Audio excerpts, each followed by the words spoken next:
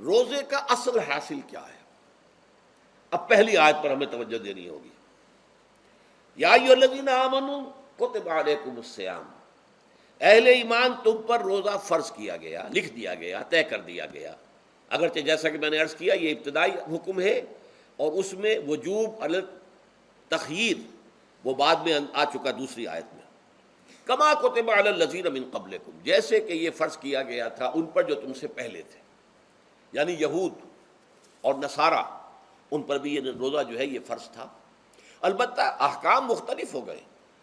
جیسے جمعے کا دن اور جمعے کو چھوڑ کر یہودیوں نے سبت کا دن اختیار کیا، عیسائیوں نے جو ہے وہ سنڈے کو اختیار کر لیا، لیکن احکام میں فرق ہے. وہاں پورے سبت کے دن، ہفتے کے دن کاروبار دنیاوی مطلقاً حرام، لیکن ہمارے ہاں شریعت کے اندر آسانی پیدا کی گئی کہ صرف جمعے کی اذان سے لے کر نماز ادا ہو جانے تک وہ حرام ہے، لیکن باقی یہ ہے کہ اس سے پہلے بھی اگر کرو اور بعد میں جب فَإِذَا قُضِيَتِ الصَّلَاةُ فَانتَشِرُوا فِي الْأَرْضِ وَابْتَغُوا مِن فَضْلِ اللَّهِ، جب نماز ادا ہو چکے تو جاؤ، منتشر ہو سکتے ہو زمین میں اور اللہ تعالیٰ کے فضل کو تلاش کر سکتے ہو. تو اسی طریقے سے اگرچہ حکم روزہ جو ہے وہ تو سابقہ امتوں میں بھی تھا، لیکن یہ اس کے احکام جو ہیں ان کے اندر تغیر و تبدل ہے. کتب علیکم الصیام کما کتب علی الذین من قبلکم لعلکم تتقون، تاکہ تمہارے اندر تقوی پیدا ہو جائے. اب یہ ہے حکمت صوم کی پہلی آیت. تقوی کسے کہتے ہیں؟ بچنا. کس چیز سے بچنا؟ اللہ نے جو چیزیں حرام کی ان سے بچنا، اللہ کے احکام کو توڑنے سے بچنا. دیکھیے یہ لفظ جو ہے اس کا مادہ ہے وا، قاف اور یا، وقا. وقا یقی کے معنی ہے کسی کو بچانا. ہم دعا مانگتے وقنا عذاب النار، اے اللہ ہمیں آگ کے عذاب سے بچا لے. لیکن ارتقا بنتا ہے باب افتعال، واو تے میں شامل ہو گئی تو اتقا، اور اسی سے تقوی ہے. تقوی کے معنی کیا ہے؟ بچنا، خود بچنا. وقا یقی دوسرے کو بچانا. بچنا اللہ کے احکام کو توڑنے سے، اللہ کی حرام کردہ چیزوں میں ملوث ہونے سے، اللہ کے غضب سے، غصے سے، اللہ کی ناراضگی سے، اور آخرت میں اللہ کے عذاب سے. یہ بچنے کی روش ہے. پوری زندگی میں بھی اس کو جاری رکھو. یہ تقویٰ زندگی میں کیا ہوگا؟ اللہ کے احکام کو توڑنے سے بچنا، اللہ کی حرام کردہ چیزوں میں ملوث ہو جانا، ان کا استعمال کرنا، کھانے پینے سے متعلق ہوں یا وہ شہوت سے متعلق ہو یا کسی اور چیز سے متعلق ہو، اس سے بچنا. اور یہ بچنا جو ہے آخرت میں نتیجہ خیز ہوگا، جہنم سے بچاؤ ہو جائے گا، آگ کے عذاب سے نجات مل جائے گی. اچھا روزے کا اس سے تعلق کیا ہے یہ سمجھ لیجئے. دیکھیے ہمارے گناہوں کا سب سے بڑا سبب ہمارے نفسانی تقاضے ہیں. ہم ایک حیوان بھی ہیں اور حیوان سے برتر بھی کچھ ہے، وہ میں بعد میں عرض کروں گا، لیکن حیوان تو ہے. جیسے ہر حیوان کو کچھ خوراک کی ضرورت ہے، ہمیں بھی ضرورت ہے. ہر حیوان کو بقائے نسل کا معاملہ جنسی ہے، وہ ہمارا بھی ہے. ہر حیوان کو کوئی نہ کوئی سر چھپانے کی جگہ چاہیے، کوئی گھونسلہ ہو، کوئی کھو ہو، کوئی بل ہو، کچھ بھی ہو، کچھ تو چاہیے آخر. اسی طریقے سے ہمارے سارے تقاضے ہیں. حیوانات کو بھی آرام چاہیے، ہمیں بھی آرام چاہیے. یہ حیوانی تقاضے جو ہیں جن کو ہم کہیں گے اینیمل انسٹنکٹس، ہمارے وجود کے اندر ہیں یہ، اور ان کا تقاضا ہمارے اندر سے ابھرتا ہے. اسی کو اڈ اینڈ لیبیڈو کہا ہے فرائڈ نے. جدید نفسیات کا بابا آدم جو ہے وہ فرائڈ ہے. اس نے اسے اڈ اور لب سے تعبیر کیا ہے، اس سے اوپر سیلف کو لایا ہے، اور اس کے بعد جو ہے وہ سپر ایگو ہے. تو یہ تین درجے اس نے متعین کیے ہیں، اور میں اس کی دقت نظر، ایکیوٹی آف آبزرویشن کا بہت قائل ہوں. اگرچہ نظریات کا جو نتیجہ اس نے نکالا ہے وہ غلط ہے، لیکن ایکویٹی آف آبزرویشن کا قائل ہوں کہ اس نے انسانی شخصیت کے 3 لیولز کو آئیڈینٹیفائی کیا ہے. یہی 3 لیولز ہمارے ہاں ہیں، نفس، قلب، روح، یہ 3 لیولز ہیں. اس نے کہا اڈ اینڈ لیبیڈو یہ لوسٹ ہے، پھر ایگو، سیلف، پھر سپر ایگو. 3 لیول وہ بھی مانتا، اگرچہ ان کی تعبیر اس نے غلط کی ہے، لیکن جہاں تک اڈ اور لیبیڈو کی تعبیر ہے وہ صحیح ہے. وہ حیوانی تقاضے. اچھا ان حیوانی تقاضوں کے بارے میں یہ بات بالکل واضح رہنی چاہیے کہ یہ اندھے بہرے ہیں. انہیں صرف اپنی گریٹیفیکیشن، اپنے تسکین سے جو ہے ساری بحث ہے، اس سے کوئی غرض نہیں کہ حلال ذریعے سے ہو حرام ذریعے سے ہو۔ پیٹ کھانے کو مانگتا ہے بھوک کے اندر، اب آدمی جو ہے حرام کے اندر بھی بیمار بیٹھتا ہے، یہاں تک کہ خود شریعت اجازت دیتی ہے کہ اگر جان پر بن جائے آدمی جو ہے وہ فاقے سے مر رہا ہو تو وہ کوئی حرام چیز کھا کر بھی اپنی جان بچا سکتا ہے، لیکن عام حالات میں نہیں۔ لیکن ہو سکتا ہے ہمارا چٹخارا جو ہے وہ حرام کی طرف ہمیں لے جائے، کسی کو واقعتاً اللہ نہ کرے کہ سور کے گوشت کا چسکا لگ جائے، وہ اس کے بغیر بچتا ہی نہیں، کھاتا ہے۔ شراب کی عادت ہو گئی، پیتا ہے، یہ نہیں۔ تو ہمارا پیٹ مانگتا ہے اور اسے اس سے غرض نہیں کہ حلال سے کھایا ہے یا حرام سے کھایا ہے۔ ہماری شہوت اپنی تسکین چاہتی ہے، اسے اس سے غرض نہیں کہ حلال سے یا حرام سے، جائز سے یا ناجائز سے۔ اسی طریقے سے ہمارے تمام تقاضے جو حیوانی ہیں، ایک تو یہ کہ بہت زوردار ہیں، اور چونکہ وہ اندھے بہرے ہیں لہذا جو قرآن میں کہا گیا ان النفس لامارۃ بالسوء، یہ نفس تو بدی کا حکم دیتا ہی ہے۔ یہ گویا کہ اس کے اندر رجحان جو ہے انہیرنٹ ہے کہ وہ بدی کی طرف انسان کو ترغیب دلاتا ہے، چاہے وہ اپنی ضروریات سے متعلق ہو، چاہے چٹخاروں سے متعلق ہو، چاہے جو بھی لذت اسے درکار ہے اس سے متعلق ہو، چاہے وہ جنسی لذت ہے اور چاہے وہ طعام کی، یعنی جسے ہم کہتے ہیں کہ انسان جو ہے وہ اپنے پیٹ اور فرج کا غلام بن کر رہ جائے، اس لیے کہ جو تقاضا بھی آیا ہے اس کو وہ پورا کر رہا ہے۔ یہ جو کیفیت انسان کی ہے، اس کے لیے ایک مشق جو ہے وہ روزہ فراہم کرتا ہے۔ روزے کے آپ نے 12، 13، 14 گھنٹے کا بھی روزہ ہوتا ہے، بعض جگہوں پر 16، 17 گھنٹے کا روزہ ہوتا ہے۔ اس عرصے میں آپ اپنے نفس کو حلال چیزوں سے بھی روکے رکھتے ہیں۔ اس منہ زور گھوڑے کو جو ہے آپ اس کی لگام کس کر رکھتے ہیں کہ حلال بھی نہیں کھانے دے رہے۔ بھوک لگی ہوئی ہے، کھانا بہترین موجود ہے، نہیں کھا سکتے، اللہ کا حکم نہیں ہے، اللہ کی اجازت نہیں۔ شدید پیاس ہے، بہترین مشروبات فریج میں رکھی ہوئی ہے، نہیں کھا سکتے، نہیں پی سکتے، جائز نہیں ہے، حالانکہ حلال ہے، حرام نہیں ہے۔ بیوی موجود ہے، یا جیسے کہ لونڈیوں کا معاملہ ہوتا تھا، لونڈی موجود ہے، لیکن نہیں، آپ اپنی شہوت جو ہے وہ اس سے پوری نہیں کر سکتے۔ یہ پابندیاں نفس کے اوپر لگانا، یہ ایک مشق ہے، یہ ایک ریاضت ہے۔ اس ریاضت کا حاصل یہ ہونا چاہیے کہ انسان بقیہ 11 مہینوں میں اپنے آپ کو حرام سے تو بچائے نا۔ یہاں وہ حلال سے رکا ہوا ہے اللہ کے حکم سے، کہ حلال چیز بھی نہیں کھا رہا، دن بھر نہیں پی رہا، دن بھر نہیں اپنی کوئی شہوت پوری کر رہا، دن بھر حلال ذرائع سے بھی، تو اس سے اس کے اندر یہ ایک، اس کو ہم کہیں گے سیلف کنٹرول پیدا ہو جائے، اپنے نفس کو قابو میں کر لے۔ یہ گویا کہ اس کا سب سے پہلا، اس روزے کی ریاضت، روزے کی مشق کے حوالے سے یہ اس کی حکمت ہوئی کہ اس سے کے ذریعے سے انسان میں سیلف کنٹرول پیدا ہو رہا ہے، ضبط نفس۔ یہاں پہ تھوڑی سی میں وضاحت کر دوں، رہبانیت کے اندر آپ کو معلوم ہے کہ سیلف اینیہیلیشن، انگریزی الفاظ جو ہیں وہ زیادہ بعض لوگوں کے لیے واضح ہوں گے، نفس کشی، نفس کو کچل دینا، ختم کر دینا، مار دینا، یہ رہبانیت میں ہوتا ہے، اسلام میں نہیں۔ اسلام کا نظام بڑا متوازن ہے۔ ان لنفسک علیک حقا وان لزوجک علیک حقا وان لزورک علیک حقا۔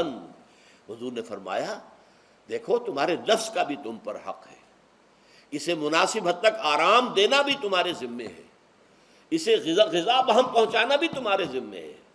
فرق صرف کیا ہے، حلال سے ہو حرام سے نہ ہو۔ اس کی شہوت کو پورا کرنا بھی تمہارے ذمے ہے، فرق صرف کیا ہے، جائز راستے سے ہو حرام سے نہ ہو۔ اس کا نام ضبط نفس ہے، سیلف اینیہیلیشن، نفس کو کچل دینا۔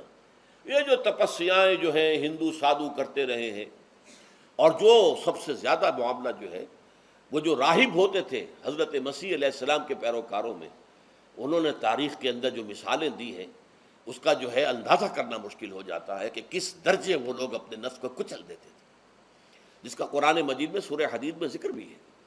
اکثر لوگ تو پابندی نہیں کر سکتے تھے، اپنے اوپر پابندیاں لگانے کے بعد غلط راستوں پر بھی چل پڑتے تھے، لیکن جو لوگ ان پابندیوں کو نبھاتے تھے وہ کس انتہا تک جاتے تھے۔ کبھی آپ جو ہے ہسٹری آف کرسچن مناسٹسزم پر جو تاریخ کی کتابیں لکھی گئی ان کو پڑھیں تو اندازہ ہوگا۔ مولانا مودودی نے تفہیم القرآن میں اس کا کچھ حوالے دیے ہیں، اور واقعہ یہ کہ رونگٹے کھڑے ہو جاتے ہیں انسان پر کہ اس درجے میں انہوں نے اپنے نفس کو کچلا تھا۔ ہمارے صوفیہ کے ہاں بھی بعض ایسی روایات صحیح ہیں یا غلط ہے بیان کی جاتی ہیں، لیکن اسلام کا اصل معاملہ کیا ہے؟ توازن، اعتدال۔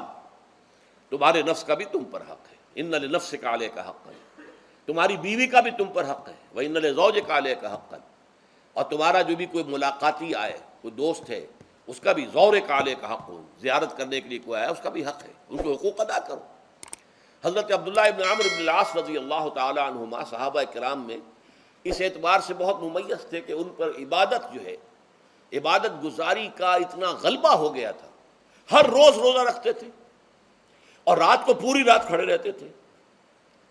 حضور کو اطلاع دی گئی، حضور نے طلب کیا فوراً، آپ نے فرمایا یا عبداللہ الم نخبر، کیا ہمیں یہ خبر نہیں دی گئی انک تصوم الدہر وتقوم اللیل، کہ تو ہمیشہ رات کو کھڑا رہتا ہے نماز میں اور ہر روز روزہ رکھتا ہے۔ اب ظاہر بات ہے حضور کے حضور میں جھوٹ کیسے بولتے، ویسے بھی جھوٹ بولنے کا سوال نہیں صحابہ کے لیے، تو عرض کیا بلا یا رسول اللہ ایسی ہے تو صحیح ہے۔ فرمایا لا تفعل، ہرگز ایسا مت کرو، فإن لنفسک علیک حقا وإن لزوجک علیک حقا وإن لزورک علیک حقا، تمہارے نفس کا بھی تم پر حق ہے، روزہ رکھو بھی اور افطار بھی کرو۔ بہترین روزہ جو ہے وہ حضرت داؤد علیہ السلام کا تھا، ایک دن روزہ رکھتے تھے، ایک دن افطار کرتے تھے۔ لیکن یہ ہے کہ آپ ہفتے میں 2 دن روزے حضور کے ہیں، سوموار کو اور جمعرات کو، مہینے میں 3 روزے یہ ہیں، اس میں گویا کہ سنت پر عمل بھی ہو جائے گا۔ لیکن یہ کہ ہمیشہ روزہ رکھنا، بلکہ یہاں تک کہا گیا ما ساما من سامت دہر، جو ہمیشہ روزہ رکھتا ہے اس نے کوئی روزہ رکھا ہی نہیں۔ کیا مطلب؟ یہ تو اس نے اپنی ہیبٹس بدل لی ہیں، ہیبٹس ہو گئی ہیں یہ کہ سارا دن بھر نہیں کھانا، صبح کھانا شام کو کھانا، بس یہ تو اس نے اپنی ہیبٹ بدل لی ہے، روزہ ہیبٹ بن گیا اس کا۔ ما ساما من سامت دہر، جس نے ہمیشہ روزہ رکھا اس نے کوئی روزہ رکھا ہی نہیں۔ اس لیے کہ روزہ تو در حقیقت اس شخص پر شاخ گزرتا ہے جس کو عادت ہے دن میں کھانا کھانے کی، اس کو دن کے اندر 3 کھانے کھانے کی عادت ہے، تبھی تو وہ شاخ گزرے گا۔ اگر وہ عادت ہی آپ نے بدل لی ہے تو ظاہر بات ہے کہ پھر روزے کی جو برکت ہے وہ تو ظاہر نہیں ہوگی۔ تو بہرحال اس اعتبار سے غور کیجئے کہ یہ پہلا حکم جو ہے روزے کا، لعلکم تتقون، تاکہ تمہارے اندر تقوی پیدا ہو جائے، اپنے نفس پر کنٹرول پیدا ہو جائے۔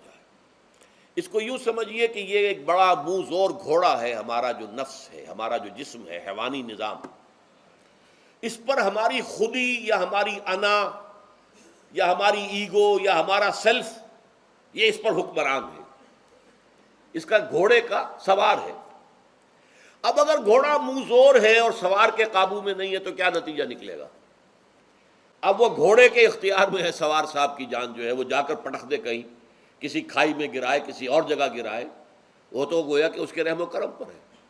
ہاں اگر سوار تکڑا ہے اور سوار نے جو ہے گھوڑے کو قابو میں کیا ہوا ہے، اس کی رانوں میں بھی جان ہے، دبایا ہوا ہے گھوڑے کو اپنی رانوں کے درمیان، تو ظاہر بات ہے کہ اب یہ گھوڑا جو ہے بہت بڑی ایسٹ ہے اس کے لیے۔ اب گھوڑا ادھر جائے گا جدھر سوار لے جانا چاہے گا، سوار اپنے مقصد، اپنی منزل تک پہنچے گا گھوڑے کے ذریعے سے۔ اور اگر برعکس ہے، جیسا کہ میں عرض کر چکا ہوں، تو وہ سوار جو ہے وہ گھوڑے کے رحم و کرم پر ہے۔ یہی معاملہ ہے، ہماری خودی یا ہماری انا یا ہمارا ایگو، یہ در حقیقت یہ راکب ہے، اور ہمارا وجود حیوانی یہ مرکب ہے، یہ گھوڑا ہے۔ اگر ہم قابو یافتہ ہوں اپنے اس گھوڑے کے اوپر تو یہی جسم ہمارے لیے ایک بہت بڑا ایسٹ ہے۔ ہاتھوں سے نیکی کمائیں گے، پاؤں سے نیکی کمائیں گے، آنکھوں سے نیکی کمائیں گے، کانوں سے نیکی کمائیں گے، یہ ساری نیکیاں کمانے کا ذریعہ بن جائے گا۔ تلاوت قرآن سن رہے ہیں تو کانوں کی نیکی ہو رہی ہے، قرآن دیکھ کر پڑھ رہے ہیں تو آنکھوں کی نیکی ہو رہی ہے۔ یہ سارے ہمارے اعصاب، ہمارے تمام اعضاء و جوارح نیکی کا ذریعہ ہے۔ لیکن اگر کہیں یہ ہمارا نفس امارہ، ایڈ اور لیبیڈو ہم پر قابو پا لے تو پھر ہم اس کے رحم و کرم پر ہیں، پھر وہ ہمیں جس کھائی میں چاہے گا گرا دے گا۔ تو اس اعتبار سے روزہ مجرد ابھی روزے کی بات ہو رہی ہے، وہ روزہ خاص طور پر کہ جس کا حکم پہلے دیا گیا تھا، ایام معدودات، اس کے بارے میں اس کی حکمت، مجرد روزے کی حکمت کیا ہے؟ ضبط نفس۔ اسی ضبط نفس کا دوسرا نام تقویٰ ہے۔ آپ اپنے نفس پر قابو یافتہ ہیں اور پھر اللہ کے سامنے جھک رہے ہیں، یہ ہوئی نا اصل بات۔ آپ اللہ کے سامنے تو جھک رہے ہیں، اے اللہ میں تیری ہی بندگی کرتا ہوں اور کروں گا، نفس پر قابو ہے ہی نہیں، تو آپ کا یہ کہنا محمل ہو جائے گا، نفس کا تقاضا ابھرے گا اور آپ اس کے آگے ہاتھ جوڑ کر کھڑے ہو جائیں گے، تو گویا کہ جو آپ نے کہا تھا ایاک نعبد و ایاک نستعین، اس کی پیروی کرنا، اس کو پورا کرنا، اس کا تقاضا بجا لانا آسان کام نہیں ہے۔ چبی گویم مسلمانم بلرزم کہ دانم مشکلات لا الہ رہا، جب میں کہتا ہوں کہ میں مسلمان ہوں تو میں مجھ پر کب کب یہ طاری ہوتی، اس لیے کہ مجھے معلوم ہے کہ لا الہ کہنے کا مقصد کیا ہے، مطلب کیا ہے، اس کے تقاضے کیا ہیں۔ تو روزہ مجرد روزے کی غرض و غایت تقوی یا ضبط نفس یعنی سیلف کنٹرول، اور اس سیلف کنٹرول کے ساتھ اپنے پورے وجود کو اللہ کے سامنے جھکا دینا، یہ عبادت ہے۔ اب آئیے اس عبادت کے لیے، روزے کے لیے رمضان کا مہینہ کیوں منتخب کیا گیا بالآخر؟ پہلے تو وہ ہر مہینے کے 3 دن تھے، بالآخر مستقل تا قیامت اور رمضان کا مہینہ ہے۔ اس کی علت کیا ہے؟ ظاہر بات ہے کہ سارے 12 مہینے اللہ ہی کے ہیں، ہفتے کے سارے دن اللہ ہی کے ہیں، دنوں میں سید الایام جمعے کا دن ہے، مہینوں میں سید الاشہر، یہ جتنے مہینے ہیں ان میں سردار جو ہے مہینوں کا وہ رمضان مبارک ہے۔ کیوں ہے؟ اب آپ پڑھیے تیسری آیت، شہر رمضان الذی انزل فیہ القرآن، رمضان کا مہینہ وہ ہے جس میں قرآن نازل کیا گیا۔ اور اس کی مزید کیا ہے تشریح کہ رمضان ہی میں وہ لیلۃ القدر ہے جس میں قرآن نازل کیا گیا۔ اب یہاں 2 چیزیں علیحدہ علیحدہ سمجھ لیجئے۔ ہمیں معلوم ہے کہ قرآن حضور پر نازل ہوا 32 برس میں، نہیں 22 برس میں، 610 عیسوی سے لے کر اس موضوع پر آج شام کو تقریر ہوگی انشاءاللہ مفصل تعارف قرآن کے ضمن میں، بعد نماز عشاء قرآن اکیڈمی کی مسجد میں، کیونکہ معلوم نہیں کہ آج چاند ہو جائے گا یا نہیں ہو جائے گا، لہذا دورہ ترجمہ قرآن کل سے شروع ہوگا، اور آج جو ہے تعارف قرآن اور سورہ فاتحہ کا کچھ مفہوم میں بیان کروں گا، تاکہ یہ کہ رمضان مبارک کے لیے تمہید ہو جائے۔ پھر اگر چاند ہو گیا تو چھوٹی چھوٹی صورتوں کے ساتھ ہم تراویح مکمل کر لیں گے، ترجمہ قرآن کے ساتھ تراویح کل سے شروع ہوگی۔ بہرحال اس ضمن میں رمضان کا چناؤ جو ہوا ہے تو یہ ترجیح بلا مرجح نہیں ہے، ایسے ہی نہیں ہے کہ یوں ہی اس کو ترجیح دے دی گئی، اس کی حکمت ہے، غایت ہے، علت ہے، اس کا سبب ہے۔ رمضان کا مہینہ وہ ہے جس میں قرآن نازل کیا گیا، اسی میں وہ لیلۃ القدر ہے جس میں قرآن نازل کیا گیا، اگرچہ ہم جانتے ہیں کہ حضور پر قرآن نازل ہوا ہے 22 برس، 610 عیسوی سے 632 تک۔ اس معمے کو کیسے حل کریں گے؟ اس کا حل کیا ہے؟ رمضان مبارک کی ایک شب مبارک لیلۃ القدر میں پورا قرآن لوح محفوظ سے دفعتاً پورا کا پورا سمائے دنیا، پہلا آسمان جو ہے ہمارا، اس کے اوپر نازل کر دیا گیا۔ اس کے لیے لفظ ہے انزلہ، انزلہ ینزل انزالن کے معنی ہے دفعتاً کسی چیز کو اتار دینا، اور نزلہ ینزل تنزیلا کے معنی ہے رفتہ رفتہ درجہ درجہ درجہ درجہ درجہ اتارنا۔ اعلام، عالم یعلم اعلاما، کسی شے کو خبردار کر دینا، بتا دینا، بس ہم نے بتا دیا، تم جانو، تمہارا کام۔ تعلیم یہ ہے اس کو درجہ بدرجہ سمجھانا، اس کے دماغ میں اتارنا، دیکھنا کہ اتنی بات سمجھ گیا تو اگلی بات سمجھانا، یہ سمجھ میں آ گئی تو اگلی بات، تعلیم اس کو کہتے ہیں۔ تو انزال دفعتاً اتار دینا، تنزیل رفتہ رفتہ تدریجاً تھوڑا تھوڑا کر کے اتارنا۔ تو حضور پر تنزیل ہوئی ہے، فَإِنَّهُ نَزَّلَهُ عَلَىٰ قَلْبِكَ، جبرائیل نے اس قرآن کو تھوڑا تھوڑا تھوڑا تھوڑا کر کے، نزلناہ تنزیلا، رتلناہ ترتیلا، ہم نے تھوڑا تھوڑا کر کے اتارا۔ لیکن لیلۃ القدر میں جو ماہ رمضان مبارک کی شب ہے آخری عشرے کی، اس میں پورا قرآن اتار دیا گیا تھا لوح محفوظ سے سمائے دنیا تک۔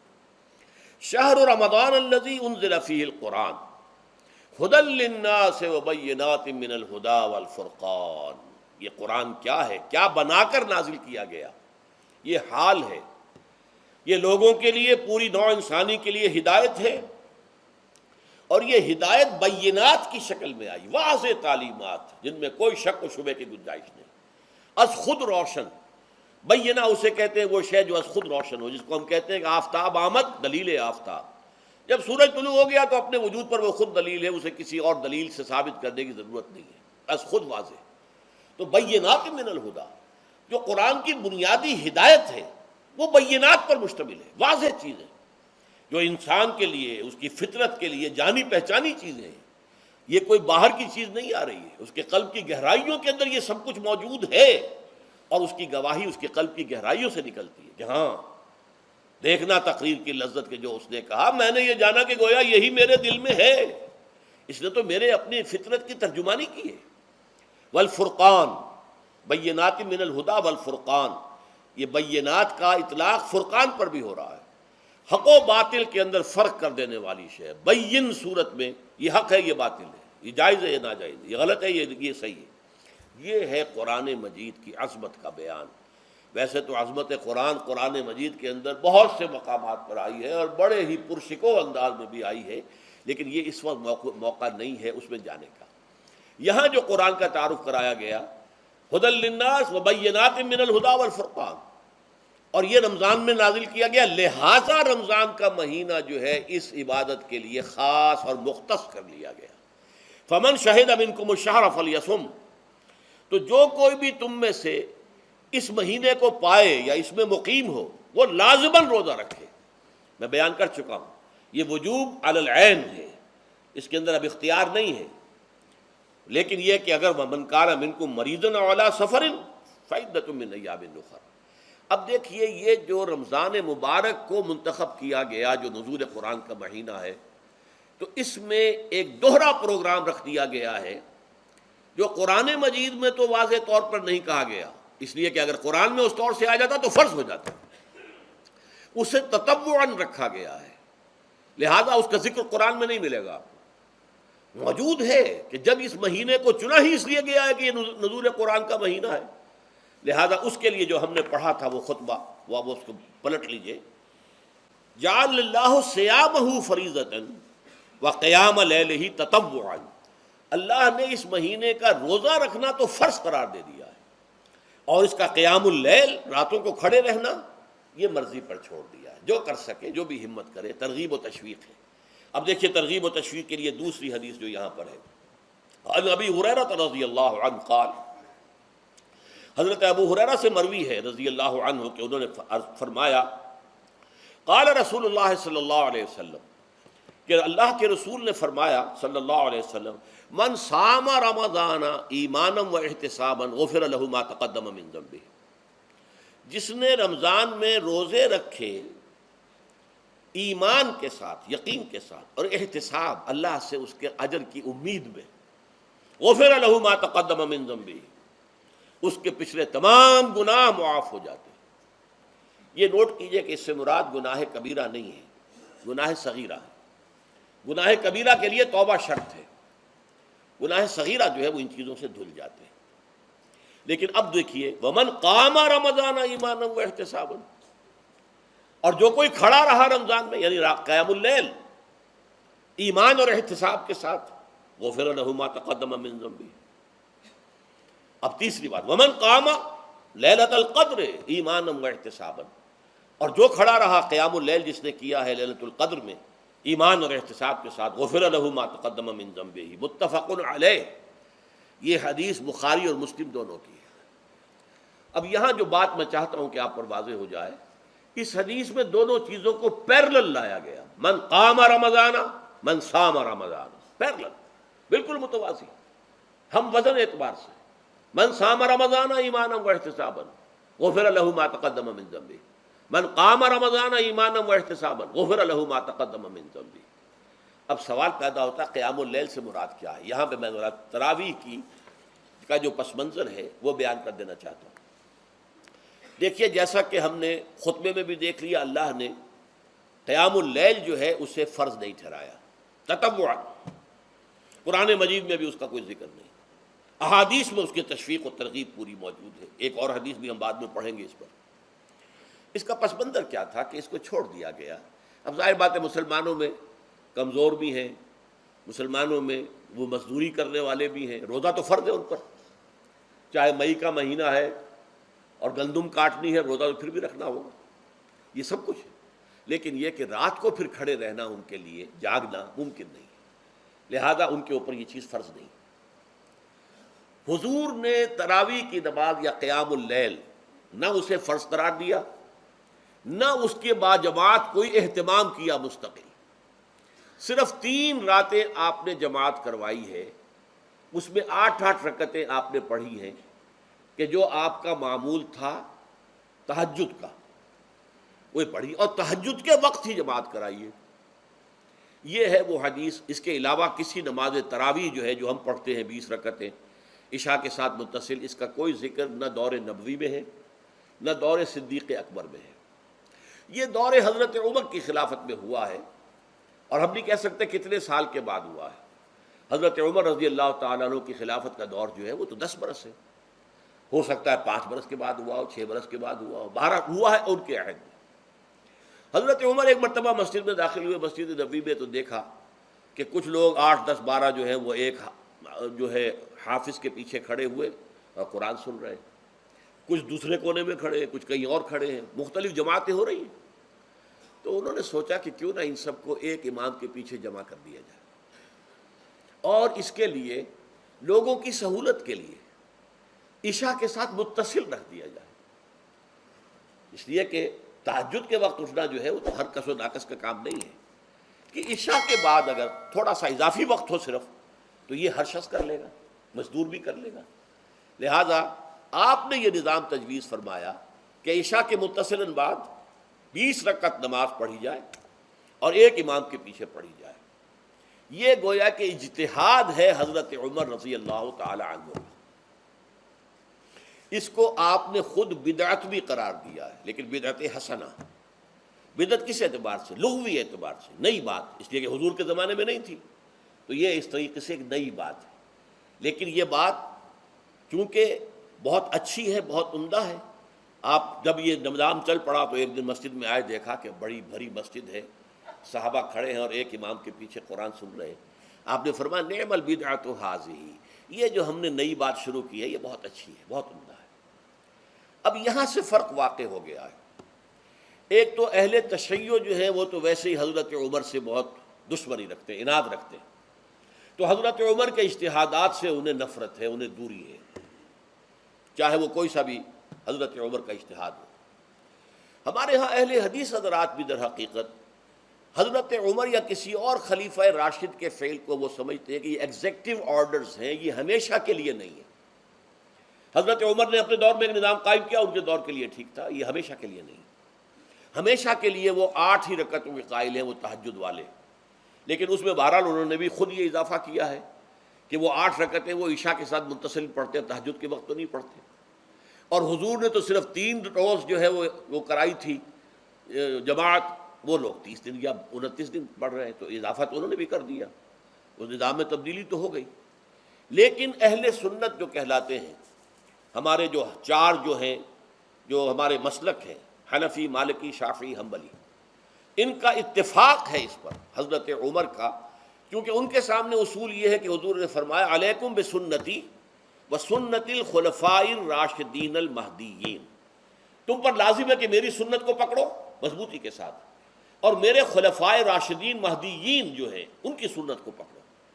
اس اصول سے یہ چاروں فقہیں جو ہیں حضرت عمر کے اجتہادات جو ہیں ان کو بھی پابندی سمجھتے ہیں کہ تمام عمر کے لیے، قیامت تک کے لیے امت مسلمہ پر ان کی پیروی لازم ہے۔ لہذا اس میں اجماع ہے، اور یہاں تک کہ یہ سب سے آخری جو اس میں مسلک پیدا ہوا ہے زمانی اعتبار سے، سب سے پہلے مسلک جو ہے حنفی پیدا ہوا ہے، پھر مالکی پیدا ہوا ہے، پھر شافعی پیدا ہوا ہے، اور پھر حنبلی آخری ہے۔ اور امام احمد ابن حنبل بہت بڑے محدث بھی ہیں۔ مسند احمد ابن حنبل جو ہے وہ بہت بڑی کتاب ہے، بہت اہم کتاب ہے، جامع کتاب ہے، تو ان کے ہاں بھی 20 رکعتیں ہیں۔ چنانچہ حرمین شریفین میں، سعودی عرب میں، مکے اور مدینہ منورہ میں جو نماز تراویح ہوتی ہے اس کی 20 رکعتیں ہیں، لیکن اہل حدیث حضرات جو ہیں وہ اس 8 کے اوپر اکتفا کرتے ہیں۔ بہرحال یہ ایک اختلاف ہے جو میں نے اس کا پس منظر بیان کر دیا، لیکن اس 20 رکعت نماز سے ادا کرنے سے، جو کہ زیادہ سے زیادہ 50 منٹ یا 1 گھنٹہ لگتا ہے، اس سے وہ قیام اللیل کا حق ادا نہیں ہوتا۔ قیام اللیل کا تو کچھ اور ہی تقاضا ہے۔ قیام کسے کہتے ہیں؟ یہ سورہ مزمل سے واضح ہوتا ہے، یا ایھا المزمل قم اللیل الا قلیلا نصفہ او انقص منہ قلیلا او زد علیہ ورتل القرآن ترتیلا۔ آدھی رات یا آدھی رات سے کچھ کم، یعنی تہائی رات یا آدھی رات سے کچھ زائد، 2/3 رات، یہ ہے قیام اللیل۔ چنانچہ سورہ مزمل ہی کی آخری آیت جو دوسرا رکوع مشتمل ہے جس پر، اس میں صاف کہہ دیا گیا ان ربک یعلم انک تقوم ادنی من ثلثی اللیل ونصفہ وثلثہ وطائفۃ من الذین معک۔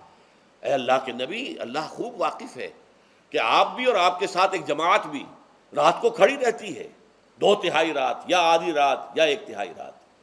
تو یہ سارا معاملہ جو ہے قیام اللیل کا، گویا کہ کم سے کم 1/3 رات پر اس کا اطلاق ہو سکے گا، یہ نہیں کہ 1 گھنٹے۔ اب اس کے ضمن میں دیکھیے حدیث پڑھیے، تیسری حدیث ہے ان عبداللہ ابن عمرو ابن العاص رضی اللہ تعالی عنہ۔ یہ وہی عبداللہ ابن عمرو ہے جن کی میں نے آپ کو حدیث پہلے سنائی ہے۔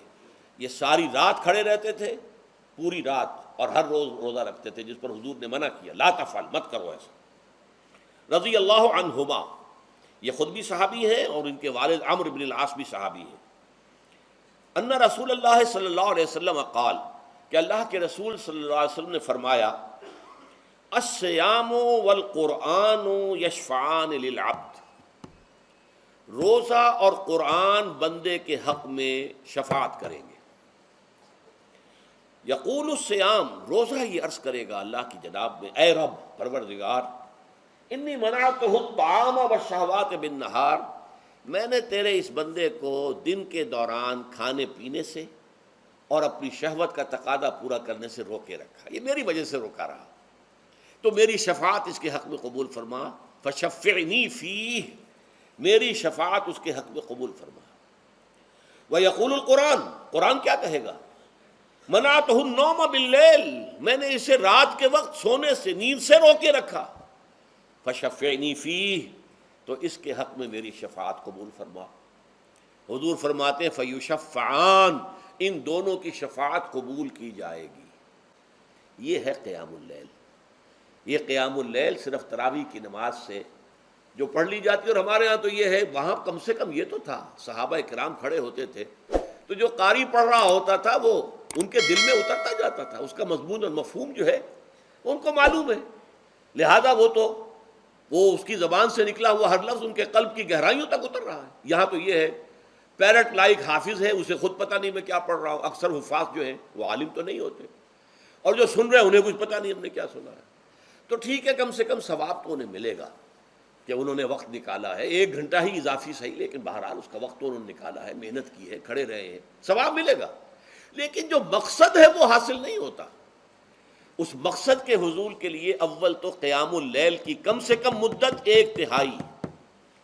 اگر کوئی شخص فرض کیجئے کہ اس کے ہاں کوئی اور انتظام نہیں ہے، جیسا کہ ہمارے ہاں ہم نے انتظام کیا ہے، بڑے بڑے شہروں میں دورہ ترجمہ قرآن، اس میں ہمیں 5 گھنٹے لگ جاتے ہیں، نصف شب کے قریب جو ہے معاملہ ہو جاتا ہے۔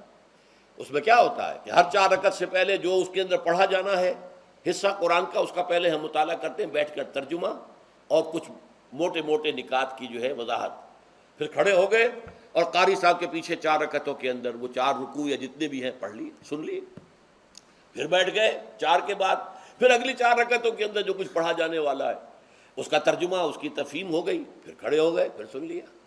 اس طریقے سے 5-6 گھنٹے میں تراویح ختم ہوئی، تو تراویح بھی ہو گئی، حضرت عمر کے اجتہاد پر عمل بھی ہو گیا، 20 تراویح ہو گئی، لیکن یہ ہے کہ اس کے ساتھ جو اصل غرض و غایت ہے قیام اللیل کی وہ بھی حاصل ہے۔